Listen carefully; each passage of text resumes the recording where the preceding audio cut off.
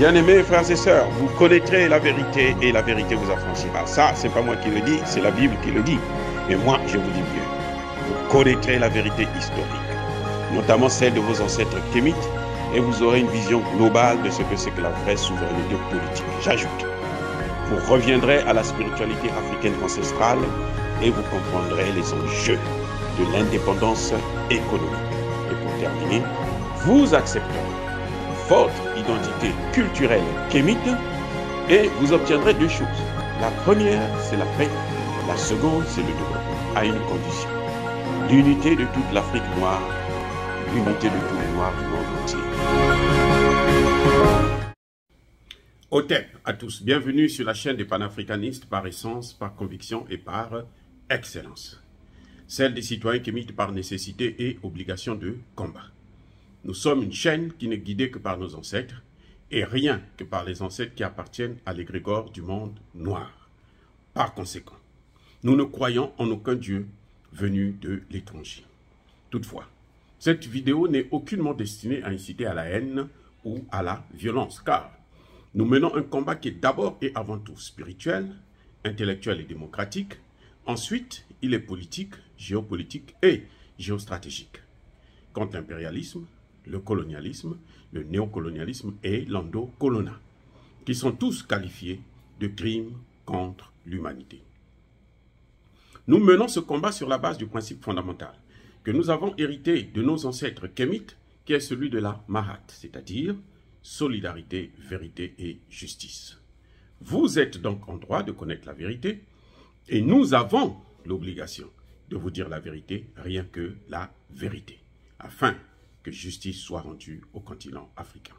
Et ça, c'est notre modeste contribution dans cette noble lutte en faveur de la souveraineté, la dignité, la solidarité et l'unité africaine. C'est exactement ça que nous appelons le panafricanisme.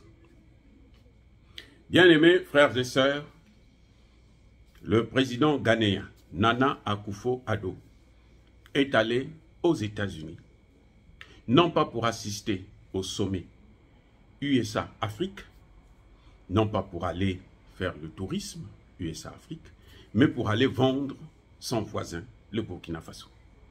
Pour aller demander aux Américains de venir achever le Burkina Faso.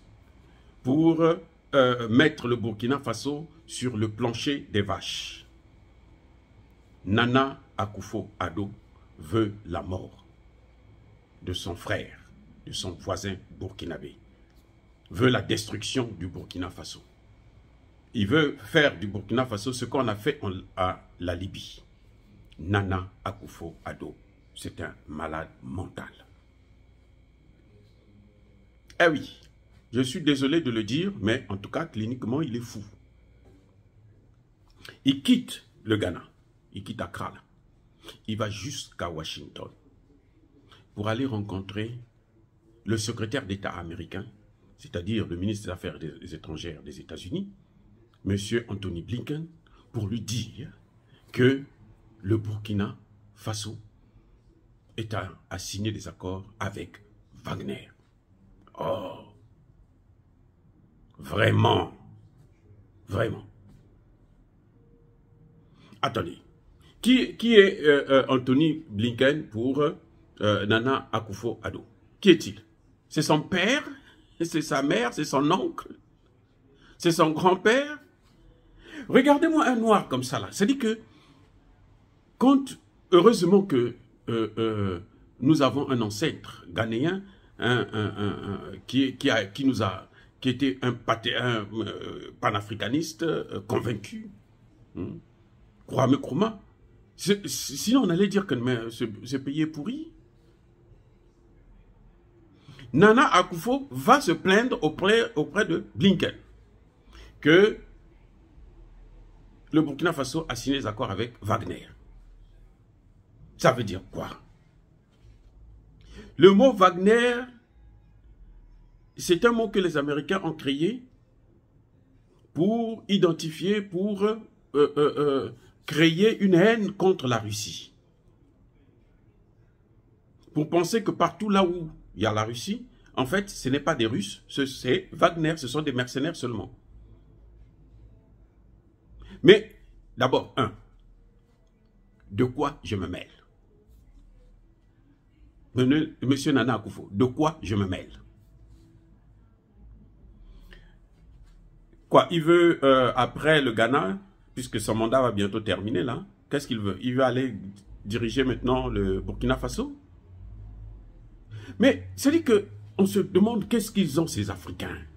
Il y a quoi dans la tête des Africains? On croyait que c'était les francophones seulement qui étaient aussi stupides, mais les anglophones ne sont pas mieux que nous. Bon, vous allez me dire que Akufo-Addo a étudié en France, il a même travaillé comme avocat en France, mais il a été formaté. Et qu'il n'y a plus rien dans cette tête.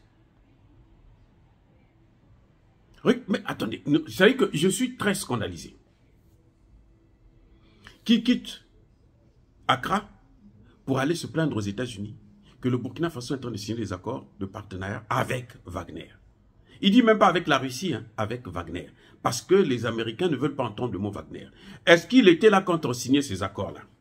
Quel est le service de renseignement qu'il a pour dire qu'il y a Wagner? Et ils sont déjà au Burkina Faso. Hein. D'après lui, en tout cas, d'après lui. Ils sont déjà au sud du Burkina Faso, à la frontière avec le Ghana. C'est ignoble, c'est regrettable, c'est décevant. Très, très, très décevant. Vous savez quoi? Monsieur Akufo peut appeler le capitaine Traoré. Tous les deux sont des chefs d'État. Mais par rapport à l'âge, le capitaine Traoré, là, c'est son fils. C'est le fils de Nana Akufo-Addo, c'est son fils. Et vous regardez très bien le capitaine Traoré. Observez-le très bien. Pour ceux qui arrivent à comprendre le langage corporel, sa façon de regarder, sa façon de parler, sa façon d'agir, sa façon de marcher, vous savez très bien que c'est un garçon qui a été bien éduqué. Moi, je le critique parfois sur certaines choses, c'est normal. Personne n'est sans défaut, y compris moi-même. Il y a des gens qui me critiquent d'ailleurs sur les réseaux sociaux. Mais je dis qu'il y a ces choses où c'est palpable. Le capitaine Traoré, en tant qu'être humain, en tant que jeune burkinabé, c'est un garçon qui a été très bien éduqué. Ça se voit par son comportement, par ça. De toutes les façons, les Burkinabés d'un certain âge ont toujours été des gens très formidables. Donc, si Nana Akufo prend son téléphone, il appelle le capitaine Traoré. Il n'a même pas besoin de dire « Monsieur le Président ». Il dit seulement « Mon fils, je voudrais qu'on se voie. Viens me voir au Ghana. On va parler avec toi. Regarde ça. Même si c'est pour vendre les États-Unis auprès de Traoré, il appelle ou il va le voir. Oh fiston, regarde ce qui se passe. Laisse les Russes là, viens avec nous. Nous, on est bien chez les Américains. Même si on est des esclaves, mais on est bien. C'est comme ça qu'on fait. Mais ça, ce qu'il a fait là, ça dit que c'est un acte de trahison et de haute trahison. C'est comme si tu es dans ta maison avec ta femme, ou bien avec ton mari, vous avez des petits litiges, même pas, tu constates que ton mari ou ta femme a un comportement qui est déplacé, tu quittes, tu ne parles pas avec ta femme, tu vas chez le voisin pour lui dire que non, oh mais ma femme là, voilà ce qu'elle fait, voilà, tu vas te plaindre. Ce voisin-là, il ne faut pas être surpris qu'un jour il sorte avec ta femme. Eh oui. Et puis il ne faut pas être surpris que tôt ou tard, ce mariage-là, il va à volo. Il est appelé à mourir. Si vous n'êtes pas capable de dialoguer, et vous partez toujours vous plaindre sur d'autres gens pour des problèmes au lieu de parler avec la personne. Alors que tu en as la possibilité. Maintenant, je vais vous dire pourquoi il le fait. Il y a deux raisons fondamentales. Le Ghana est dans une situation économique très dégradée à cause de sa gestion. C'est une gestion catastrophique qu'il a menée au Ghana. Le Ghana n'était pas endetté. Lui, il est venu, il a endetté le Ghana. Et vous savez que ces dettes-là, le président Paul Biya vient de le dire aux Américains. Il vient de le dire. Que ces dettes-là, c'est un goulet d'étranglement. C'est-à-dire que quand vous vous endettez là, vous ne pouvez plus vous arrêter de vous endetter. C'est un cercle vicieux où vous ne pouvez pas vous en sortir. Vous vous endettez aujourd'hui et demain, vous êtes obligé de revenir pour prendre de l'argent, non seulement pour vous endetter, mais aussi pour payer la dette que vous avez prise hier.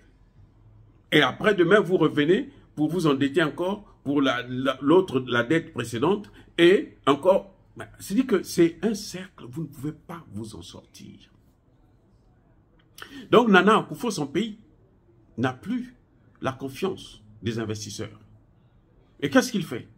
Il a besoin d'aller au FMI, alors qu'il était le premier. Quand il avait pris son premier mandat, je ne sais pas si vous vous souvenez, il a critiqué. C'est d'ailleurs ce que nous avons apprécié en lui.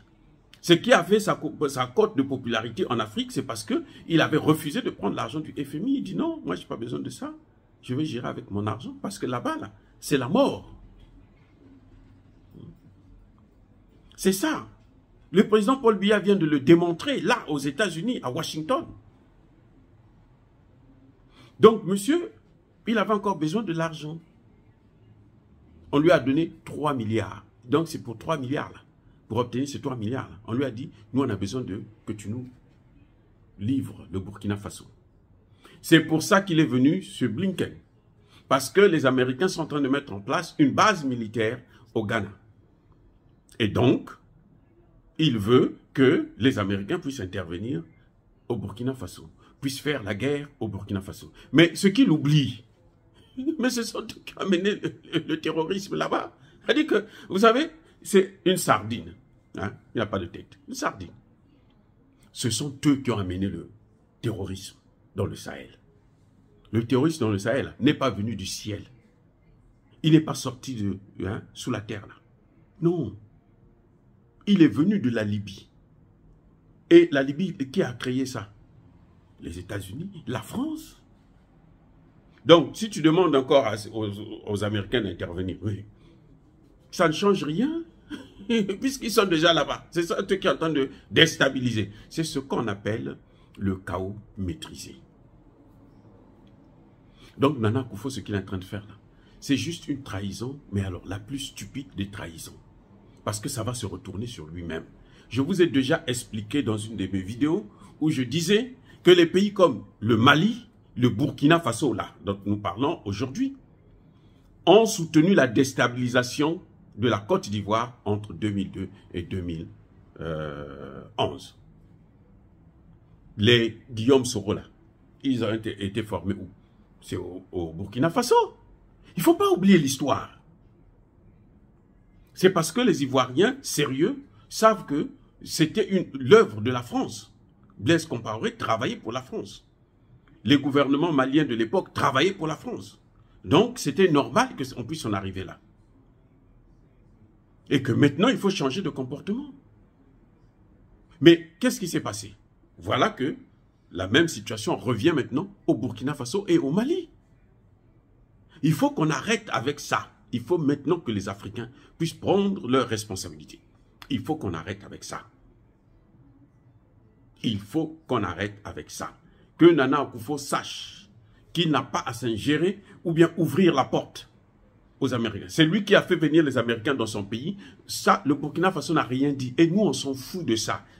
Il est en train de détruire son pays. Il est en train de prendre les Ghanéens pour des esclaves. Il veut les remettre à l'ère de l'esclavage, de la colonisation. Ça, c'est son problème. Ce n'est pas le problème du Burkina Faso. Mais il n'a pas à s'occuper des problèmes du Burkina Faso. Surtout faire des déclarations tapageuses qui n'ont ni tête ni queue. Le Burkina Faso a le droit d'avoir des partenaires, quels qu'ils soient, qui peuvent l'aider à régler ses problèmes. Le cas de la Russie, c'est clair. Le capitaine Traoré nous avait déjà dit, je veux changer de partenaire. Son premier discours, c'est ça. Et c'est pour ça qu'il a fait le coup d'État. Je veux changer de partenaire. Parce que les partenaires que nous avons depuis 60 ans ne nous ont pas formés, créé une armée crédible. Et ils ne nous ont pas appris le système de renseignement, d'information, d'équipement, ainsi de suite. Et c'est ce qu'il est en train de faire. Et nous le saluons, nous l'encourageons. Le peuple burkinabé a demandé à ce que la Russie puisse être ce partenaire-là de choix dans le domaine de la sécurité.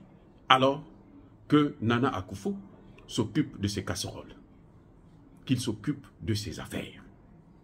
Mêle-toi, monsieur Akufo, mêle-toi de ce qui te regarde. Dire cela, c'est inciter à la haine ou à la violence, non. Encore une fois, Yahaba, colère, Yamaleme. Soyez bénis, je persiste et je signe par le Dieu des Kémites. Mais surtout, que ceux qui persécutent le continent africain, ceux qui le déstabilisent et le pillent, qu'ils soient noirs ou qu'ils soient blancs, qu'ils soient punis, maudits, écrasés, effacés, neutralisés par le Dieu des Kémites et par nos ancêtres angélisés. J'ai dit, et bien entendu, comme d'habitude, j'assume.